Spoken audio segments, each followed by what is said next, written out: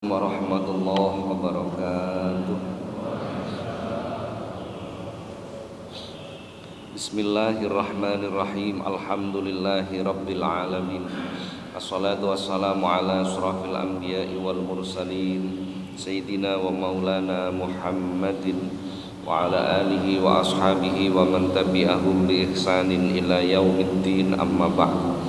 Ila hadratin nabiyil mustafa Muhammadin sallallahu alaihi wasallam, alihi wa ashabihi wa dhurriyyatihil kiram, wa ila jami'i baqiyati sahabati wat tabi'in wa syuhada'i was salihin wal ulama'il amilin wa musannifin wa muallifin wa jami'il malaikatil muqarrabin wa sadatina sufiyatil muhaqqiqin khususan ila sultanil awliya Asy-Syaikh Muhyiddin Abdul Qadiril Jilani wasairil awliya'illah wal awliya'i tis'ah wa ummahatina wa abaina wa ajdatina wa jaddatina wa masyayikhina wa asadidina wa muallimina wa dawil huquqil wajibati alaina wa alal hadirina fi majlisina hada, khususan ila man fataha hadhil qaryah wa khususan ila muallif hadzal kitab Asy-Syaikh Al-Imam Jalaluddin bin Kamaluddin As-Suyuti radhiyallahu anhum. Sayulillahi lahumul Fatihah.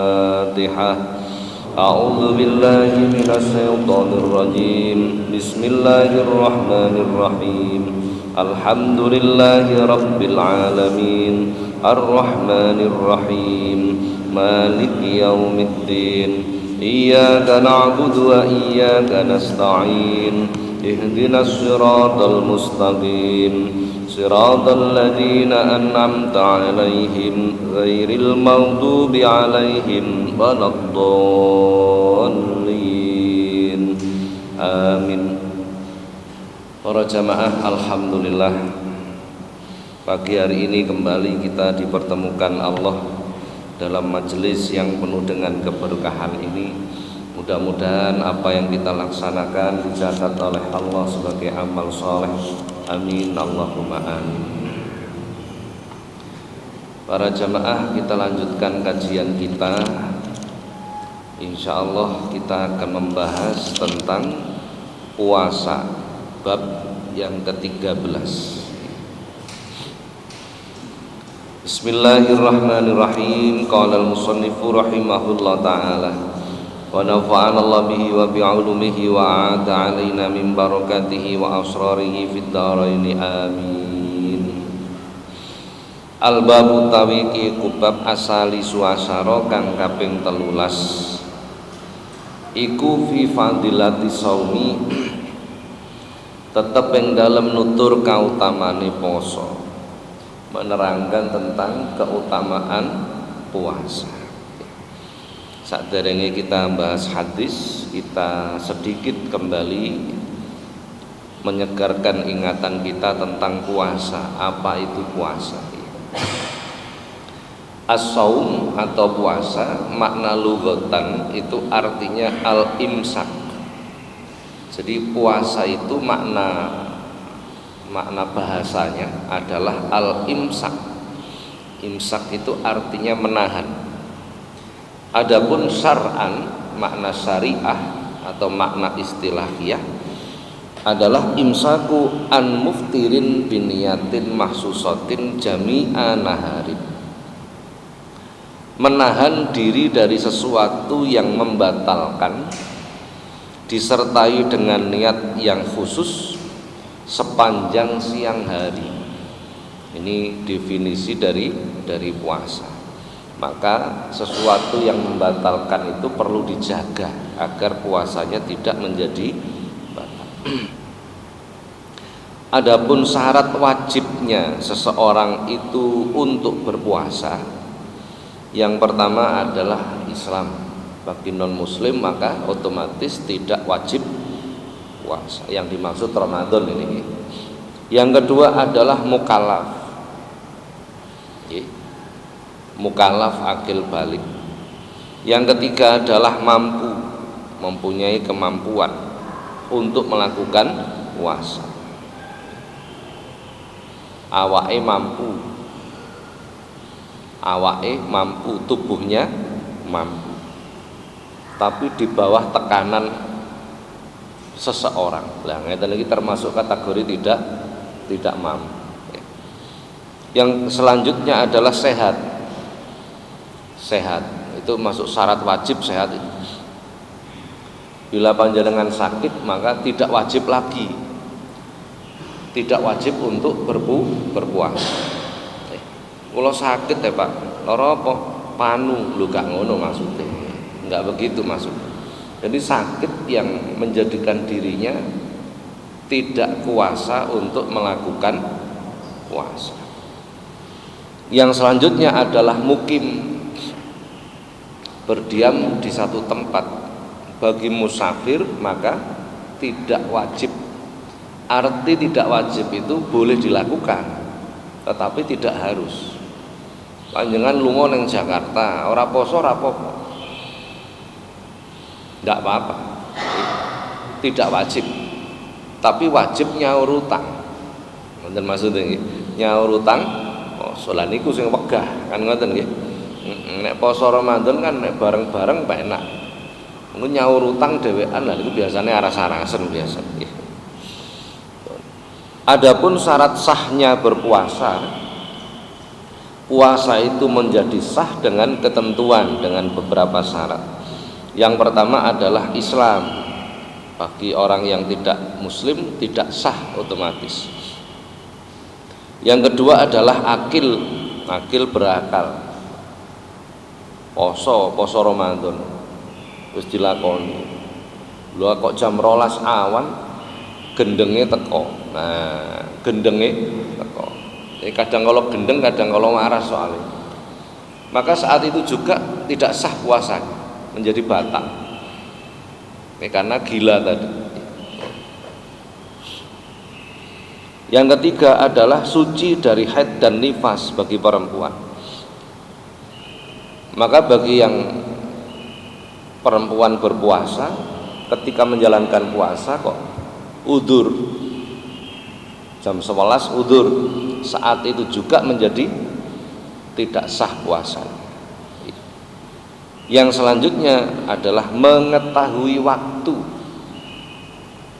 Itu syarat sah itu. Bagi orang yang tidak tahu waktu, maka tidak menjadi sah puasanya. Contohnya ngeten, panjenengan yang tengah alas gak ono wong blas, gak ketok srengenge saking rimbunnya hutan mungkin, sehingga tidak tahu waktu, kapan waktunya masuk mulai puasa, kapan waktunya berbuka puasa, maka tidak sah ini sholat, tidak sah. Kula kutip keterangan saking kitab Al-Yaqutun Nafis. Adapun rukun dari puasa, ini yang penting-penting mawon sing kula sampaikan, mbok menawa lali. Rukun puasa itu yang pertama adanya niat. Niat itu harus napa mawon pun sebenarnya. Salat ya butuh niat, wudu ya butuh niat, poso ya butuh niat, nyambut gawe ya butuh niat. Ini yang banyak orang lupa. Akhirnya begitu budal nyambut gawe ora maca niat, sehingga tidak ada nilai. Sedekah ya butuh niat. Sedekah niku nggih butuh niat, sebab innamal a'malu binniyat. Sahnya amal itu bergantung dari, bila tidak niat maka tidak sah, menjadi tidak sah. Panjenengan esok budal nyambut gawe, ketika keluar rumah kemudian membaca niat, saya berniat mencari rezeki yang halal untuk bekal ibadah. Niatnya begitu. Maka sepanjang bekerja itu dicatat ibadah oleh Allah. Lha kok metu ora niat, maka tidak ada nilainya ini di hadapan Allah. Kalau nanti bahas niat ngeten iki terus ana sing takon, lho Pak, Gusti Allah kan pirsa, Gusti Allah kan Maha tahu. Pertanyaan begitu tidak usah dijawab sebenarnya. Gusti Allah kan ngerti toh Pak. Lho ket dhisik Gusti Allah niku nggih ngerti. Sing nggak ngerti ya awake dhewe iki, ngoten perlu jawabane. Karena Allah itu tahu, maka Allah itu membuat aturan, gitu maksudnya. Aturan innama a'malu binniyat itu kan dari Allah melalui Rasul. Ya karena Allah tahu tadi, sehingga Allah itu membuat aturan. Nek ngoten iki. Kan Gusti Allah ngerti ya kendhisik Gusti Allah ngerti, sing gak ngerti-ngerti ya awakmu, gitu jawabannya. Jadi walaupun melafatkan niat itu tidak wajib, tetapi sebaiknya dilakukan. Kenapa begitu? Dalam rangka hati-hati supaya tidak salah ketika berniat. Supaya tidak salah ketika berniat. Kadang niku kula jenengan gak ngerti niate apa. Kula sedekah Pak, niate apa? Bingung toh? Apa kira-kira niat? Kan ada orang itu niat bersedekah karena ingin dijauhkan dari bala, dari bencana. Kan ada begitu. Ana wong sedekah iku pengin oleh balen. Jadi sedekah siji jole 10 kan begitu. Kadang dijoli 100, 700, 1000 kan begitu kan. Jadi ada orang itu ketika berniat, ketika sedekah niatnya begitu. Lah maka perlu dilafatkan supaya tegas hati kita. Supaya hati kita menjadi kuat di dalam berniat. Apun. Yang kedua, rukunnya puasa yang kedua adalah meninggalkan sesuatu yang membatalkan. Apa-apa yang membatalkan puasa itu ditinggalkan. Itu rukun yang kedua. Yang ketiga, adanya pelaku, ana wong sing poso. Nah, ini 3 rukunnya puasa. Sama saya ambil keterangan ini dari kitab Al-Yaqutun Nafis.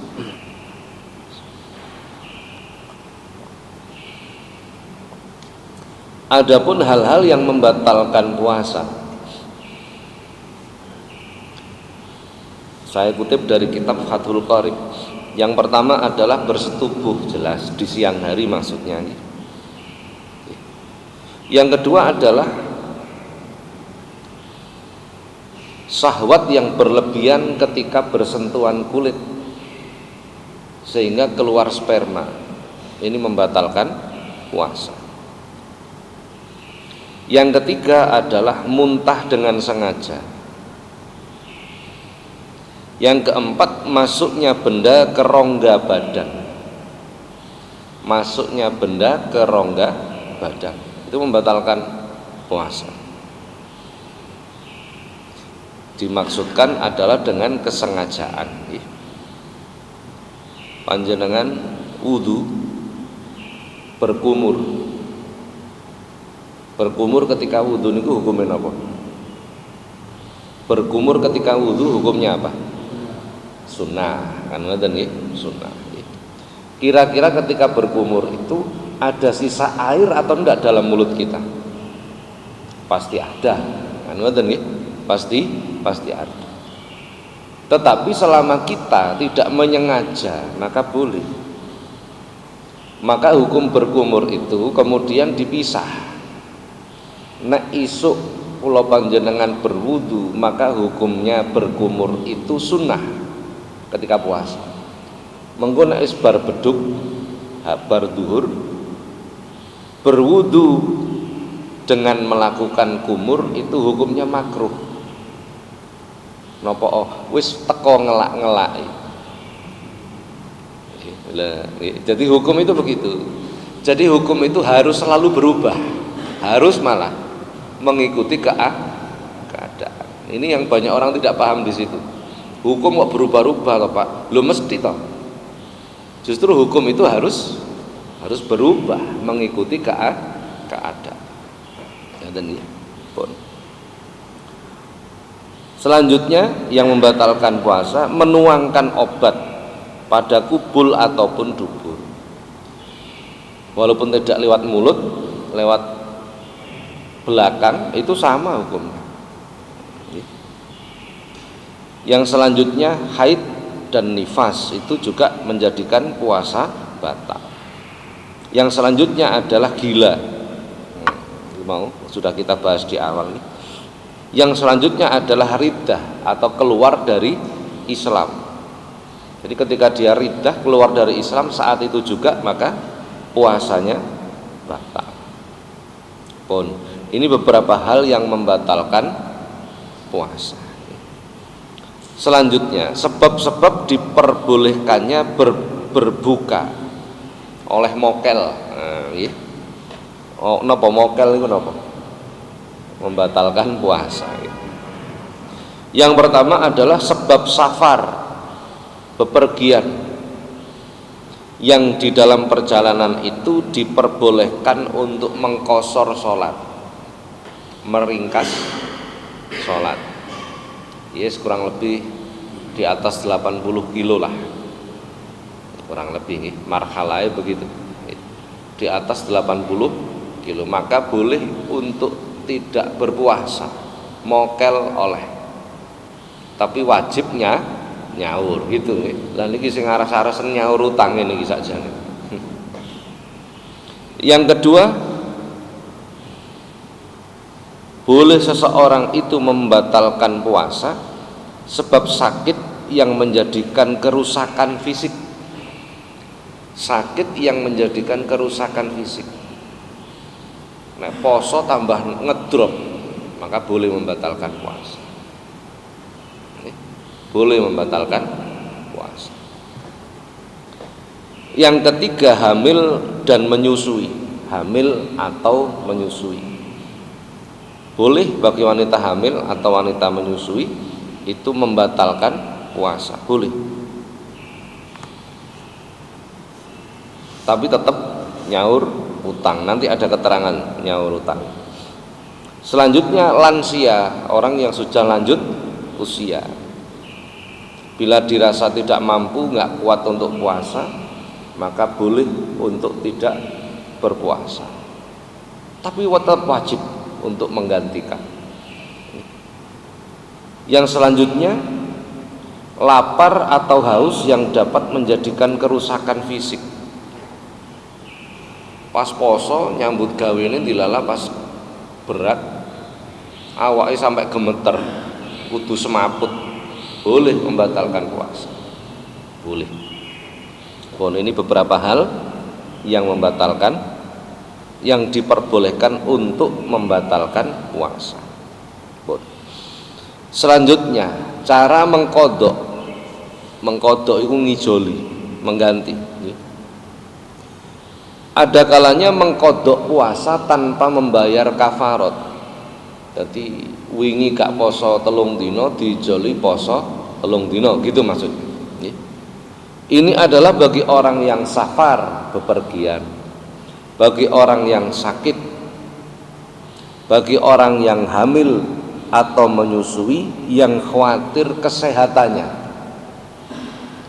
Tetapi bagi para ibu yang hamil atau menyusui, dia membatalkan puasa karena khawatir anaknya, bukan khawatir kesehatannya, tapi khawatir anaknya, maka dia wajib membayar kafarat dan wajib berpuasa 2, bukan 1. Bagi ibu hamil atau menyusui kemudian dia tidak berpuasa, ditakoni apa oyu gak poso, gak kuat aku nek poso, maka dia wajib mengkodok puasa, menggantikan puasa. Tetapi bagi ibu hamil atau menyusui, ketika ditanya apa oyu gak poso, sakno anakku, nah gitu maksudnya, maka dia harus membayar 2, 1 mengkodok puasa dan harus membayar kafarat, denda, harus membayar denda. Pun malah oleh luruh. Berapa dendanya? Denda yang harus dibayarkan adalah per hari yang ditinggalkan itu sebesar 1 mud. 1 mud 6 on. Sama dengan orang tua yang sudah udzur tidak memungkinkan untuk puasa, wis gak mungkin lah untuk puasa, tidak mungkin, wis pikun umpamanya kan tidak mungkin, maka dia meninggalkan puasa dengan membayar kafarat, denda, tebusan. Satu hari yang ditinggalkan satu mud itu 6 on, diberikan kepada fakir miskin. Selain itu tidak boleh. Ambil mu'alaf sabilillah, gharim, ibnu sabil tidak boleh menerima. Jadi panitia harus tahu itu, Pak niki fidyah, kalau biasanya nyebutnya fidyah. Niki fidyah itu yang sepah kulo, fidyahnya orang tua saya. Lho mboten poso pinten dinten 1 bulan penuh, maka 1 mud 6 on dikalikan 1 bulan. Ini hanya untuk fakir miskin, tidak boleh selain fakir miskin, tidak boleh. Bon. Adapun bagi orang yang melakukan persetubuhan di siang hari ketika berpuasa, maka kafaratnya adalah membebaskan budak perempuan mukmin. Berat, gak nemu niki ponan. Perbudakan sudah dihapus. Bila tidak mampu maka puasa 2 bulan berturut-turut. Puasa 2 bulan berturut-turut. Bila masih tidak mampu juga maka memberi makan 60 orang miskin. 1 orangnya 1 mud. Berarti 60 mud. 60 mud itu 60 kali 6 on diberikan kepada fakir miskin. Itu dendanya bagi orang yang melakukan persetubuhan di siang hari. Beda-beda. Ini harus tahu kita. Ini terutama panitia maksudnya ini. Kok panitia itu ditekani wong, Pak ini saya membayar kafarat denda karena melakukan ini. Ya panitia kudu paham, harus bisa menghitung itu. Ya, karena beda-beda. Niki sekedar keterangan tambahan tentang puasa. Yang dimaksud adalah puasa Ramadan. Nek poso sunah ngoten mawon jam 12 mokel nggih monggo, gak usah nyaur utang rapopo. Penak nek poso sunah. Pun. Hadis pertama.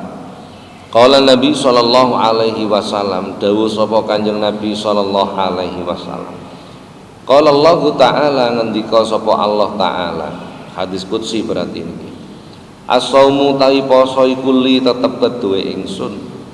Wa ana khali utawi ingsun iku ajzi males sapa ingsun bihi ing poso.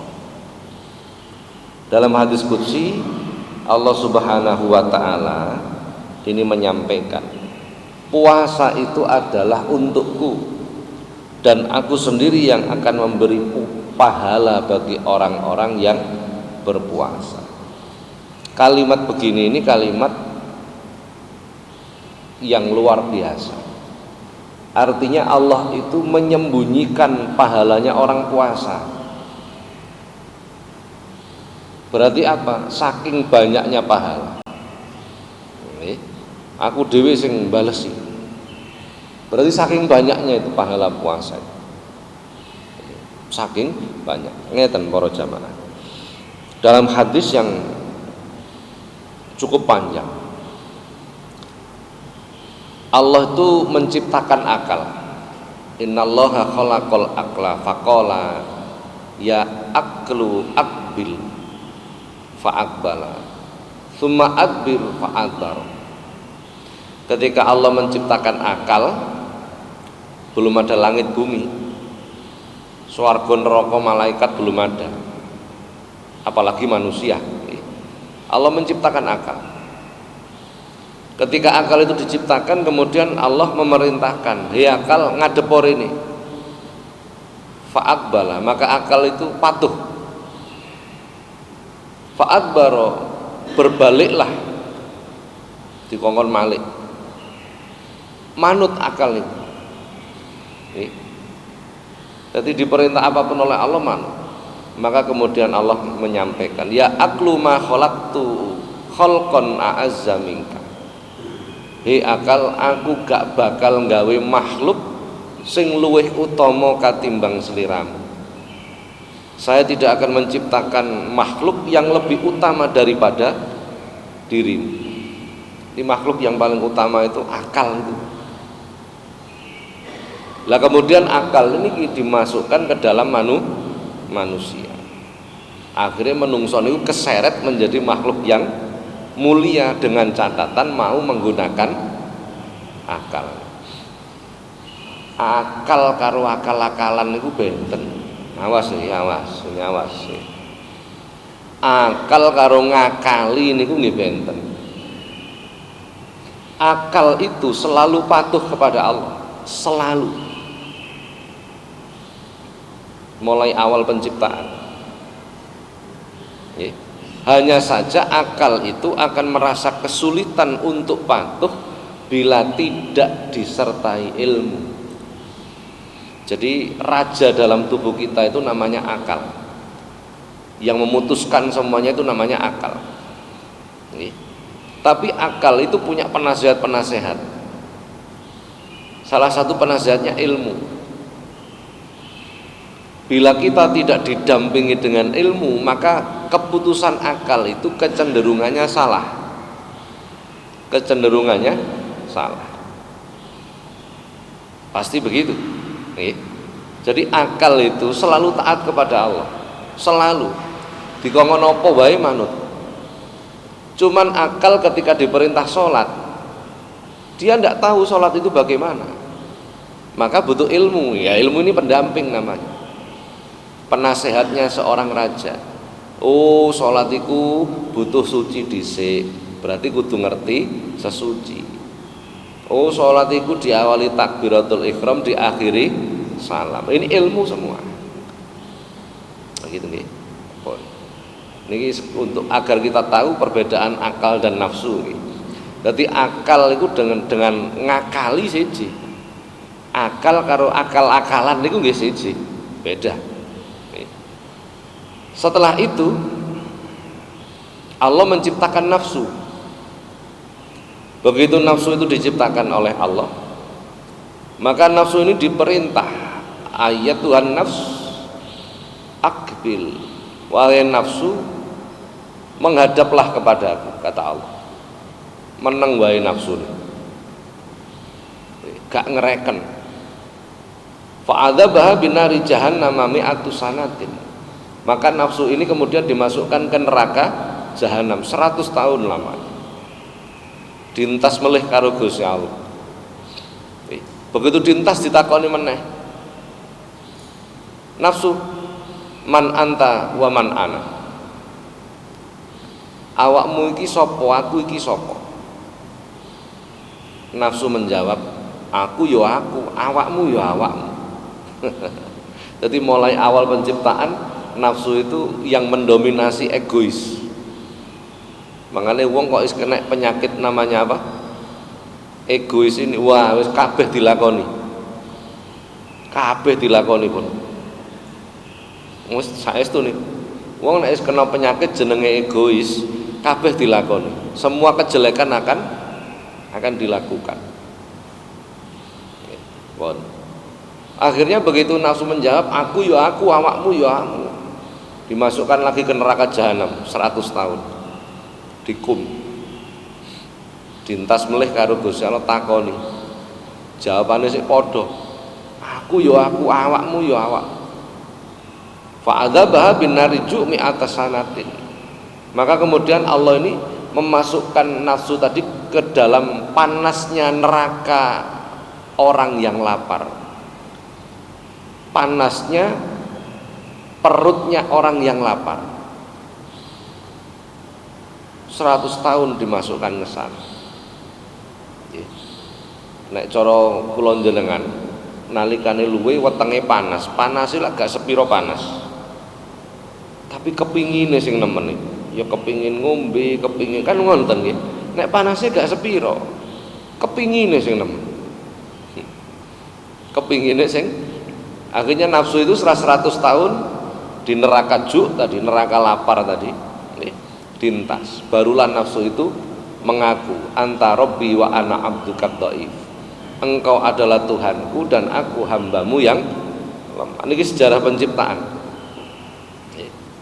Maka salah satu metode untuk menundukkan nafsu itu adalah puasa. Saya mengatakan salah satu metode. Jadi tidak hanya ini. Ini salah satu metode menundukkan nafsu. Wong niku nek poso, apa-apa gak kepingin. Dolan yo gak kepingin, apa lemes. Gitu. Nah, wis gak ngomong liyane lemes. Betul kan? Sing dikepingin niku mangan karo ngombe kan begitu. Dan itu sebenarnya paling berat itu. Paling berat. Nah, Masya Allah. Pun itu sedikit sejarah tentang nafsu. Dalam sebuah hadis Rasulullah menyampaikan, inna syaitona yajri min ibni adam mujrad dam fadayyiku majariyahu bilju. Sesungguhnya setan itu mengalir pada diri manusia melalui jalan darah, aliran darah. Fadayyiku, maka rusaklah jalannya setan itu biljui, dengan lapar. Jadi ajaran agama kita itu mengajarkan untuk seneng luwe, seneng lapar. Sementara kesehatan itu menyuruh kita untuk kenyang, kan begitu. Ini rada kontradiksi. Rasulullah juga mengatakan sumu tahsihu, berpuasalah maka kau akan menjadi orang yang sehat. Sementara dari aspek kesehatan, kowe nek luwe, daya tahan tubuhmu melemah. Nek daya tahan tubuhmu melemah, mudah terserang. Ini seolah kontradiksi. Pun karek panjenengan percaya sapa ngono. Nek percaya Kanjeng Nabi ya melok ngene, nek percaya wis terserah ngoten mawon lah. Nek kula melu Kanjeng Nabi mawon. Senajan gak patek kuat poso tapi percaya Kanjeng Nabi. Nek kula ngoten iki. Lan gitu, terbukti orang puasa itu sehat, terbukti ini sudah. Nggih, sampean kena asam urat, kena kolesterol, kena diabetes poso. Saya dulu pernah punya anggota, sama dokter disarankan cuci darah, gagal ginjal, karena diabetes berpuluh-puluh tahun dia sudah. Terus konsultasi, terus pundi Pak Karon. Iki kebetulan kan sesuk Ramadan, 3 hari lagi Ramadan, sampean poso wae. Sanjange dokter mboten angsal, ya dicoba, engko nek gak kuat ya dibatalkan. Oleh sajake kok luwene nemen, gemetere nemen ya dibatal. Alhamdulillah sebulan itu lunas itu puasa. Jadi jadwalnya cuci darah itu terlewati. Begitu menjelang hari raya ketemu, hati-hati lho nek riyo, hati-hati. Biasanya itu nek riyo terus lepas kontrol. Kan begitu kan nih, lepas kontrol. Nek perlu ya bar riyo langsung poso meneh, poso Syawal. Nggih Pak. Jadi hari raya membatalkan puasa. Besoknya puasa Syawal. Sampai 7 hari puasa Syawal dilakukan sehat. Hari ke-8 mudik lah dia nang kampung. Wah, niki wis gak iso poso wis. Ngicipi kono, ngicipi kambuh lagi akhirnya. Nah ini jadi banyak bukti lah, banyak bukti.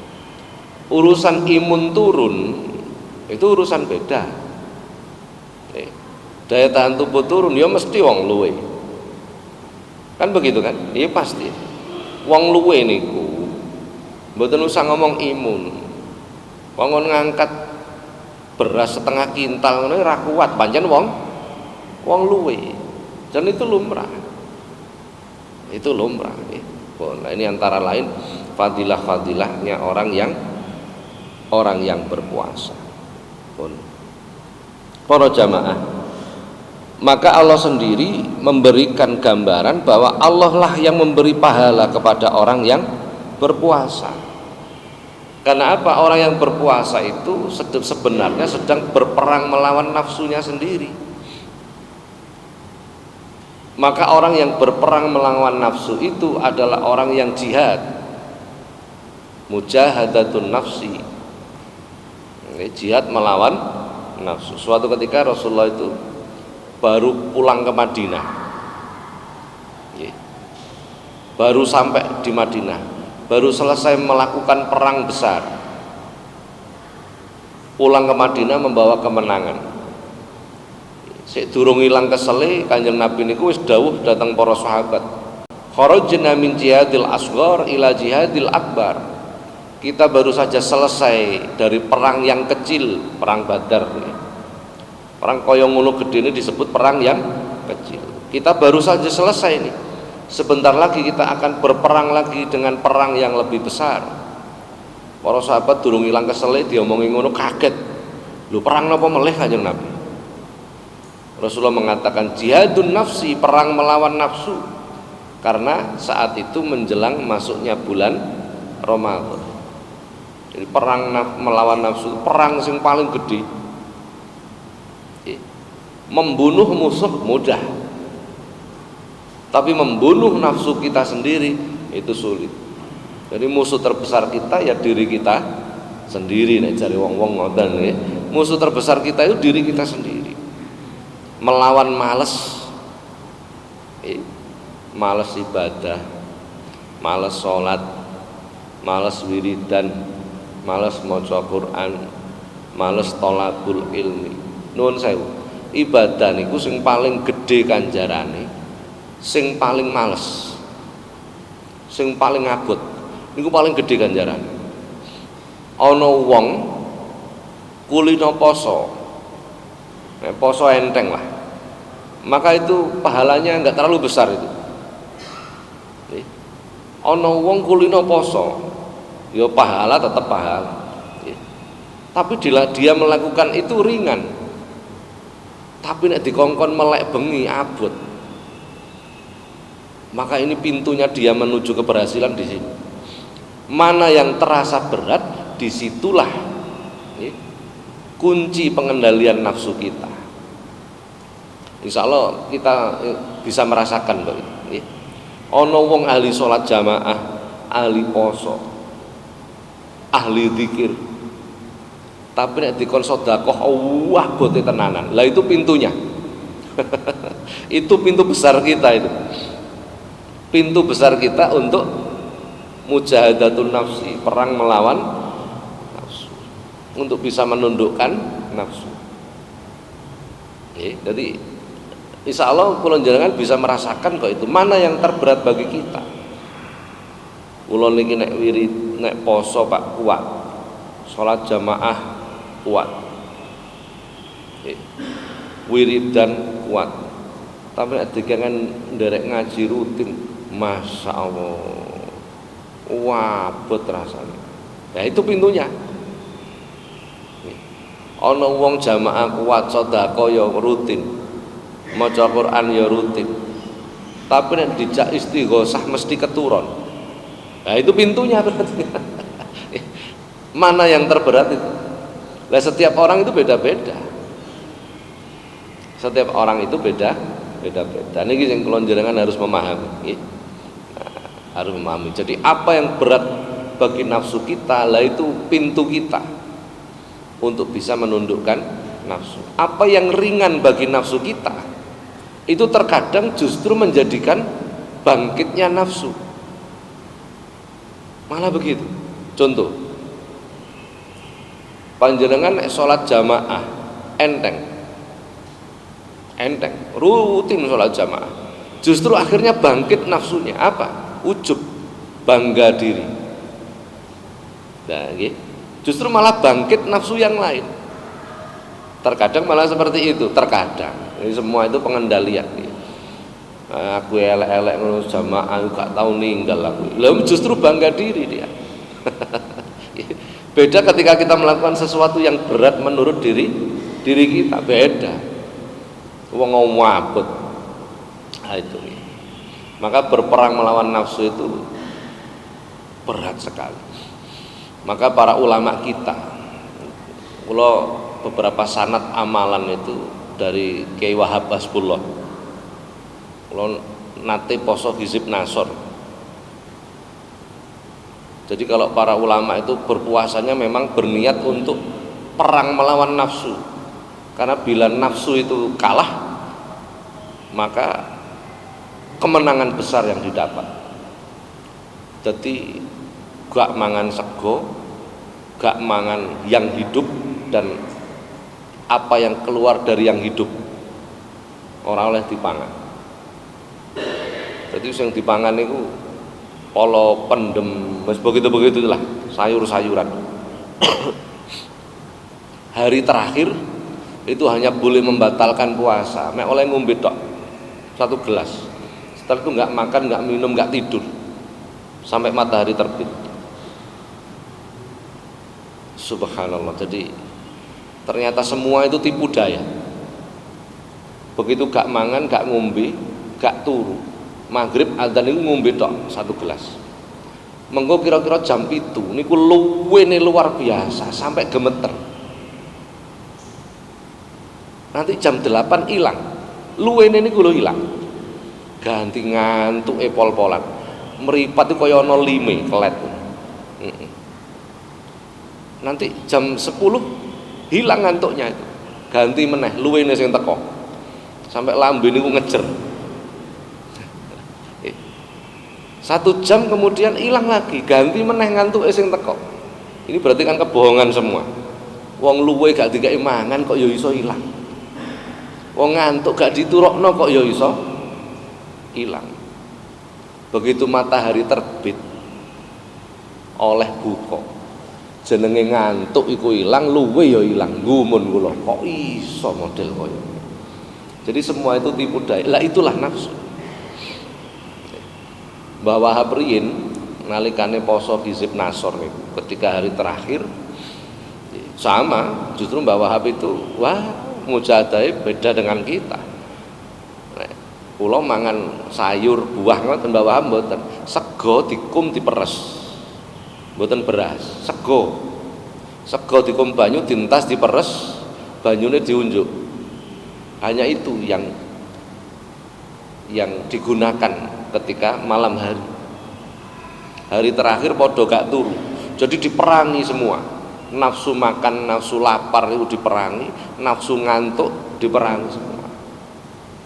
Jadi pas hari terakhir ini Mbah Wahab melaku-melaku karena menghilangkan ngantuk. Karo zikir, karo melaku-melaku supaya gak ngantuk. Sampai teko ril sepur niku, balase sepur. Lungguh teng mriku Mbah Wahab. Karena melaku-melaku kepingin leren lungguh teng mriku. Begitu beberapa saat duduk, begitu berdiri, rile sepur niku ngecap nun sewu, ngecap bokong. Leleh nih. Artinya apa? Orang yang berhasil menundukkan nafsu, baja pun akan lumer. Kan begitu. Nafsu itu seperti itu. Nopo angsal Pak poso ngoten. Ngajine balik meneh, ngajine balik taman kanak-kanak meneh nek ngomong ngoten ya. Jadi ini kategori riyadhah, mujahadatun nafsi, yang diperangi nafsunya. Makan itu kan termasuk syahwat. Syahwat itu keinginan, syahwat ta'am. Dalam sebuah hadis, adalah hadis qudsi, yaqulullah azza wa jalla, Allah menyampaikan kepada Nabi Daud, ya Daud, khundir wa andir qaumaka an akli syahwat, fa inna quluba ahli syahwati mahjubatun anni. Daud sampai noneng umatmu iki nek mangan aja mengikuti syahwat, nek mangan aja mengikuti keinginan. Pengin duren rek tuku duren, pengin gule rek tuku gule. Fa inna quluba ahli syahwati mahjubatun anni, karena hati orang yang mengikuti syahwat itu tertutup dariku, kata Allah. Jadi nek kepingin gule mangano tempe. Lha nggih, kan begitu kan? Nek kepingin tempe mangano, lho betul iki kaya guyon. Lah betul itu. Bila kita makan sesuatu yang kita tidak menginginkan, kira-kira akeh apa ora? Tidak mungkin banyak. Dan itu ajaran agama. Berhenti sebelum kenyang, kan begitu kan? Karena ketika makan yang mengikuti keinginan, Syahwat itu artinya keinginan. Itu menjadikan kita lupa kepada Allah.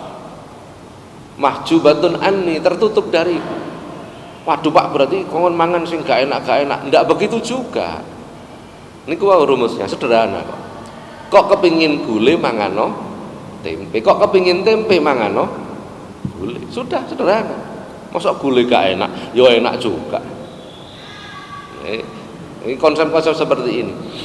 Lah ketika orang-orang para ulama kita itu mujahadah berperang melawan nafsu, maka semua yang menurut nafsu itu dikatakan enak dihindari.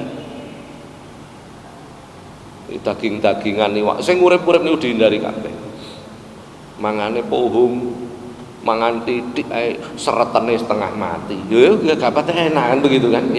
Mangane telo, mangan titik ngentutan, ayo wis gak enak. Sehingga terkendali betul. Lah ketika terkendali itulah sifat-sifat kebaikan itu akan mendominasi dalam diri kita. Masya Allah.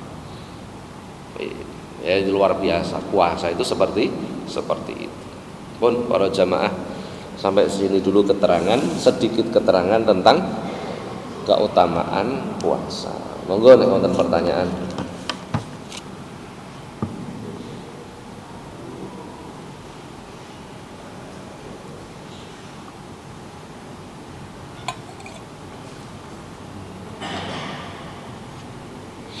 Dadi sing dieling-eling niku wau nggih. Dadi nek kepengin gule mangano tempe, nek kepengin tempe mangano gule. Nggih saestu. Nggih. Sederhana, konsepnya sederhana. Nggih. Mengko suwene-suwi lak gak patek karep mangan, kan ngoten nggih. Betul. Pun para jamaah sampai sini dulu. Mudah-mudahan manfaat nih. Al-Fatihah.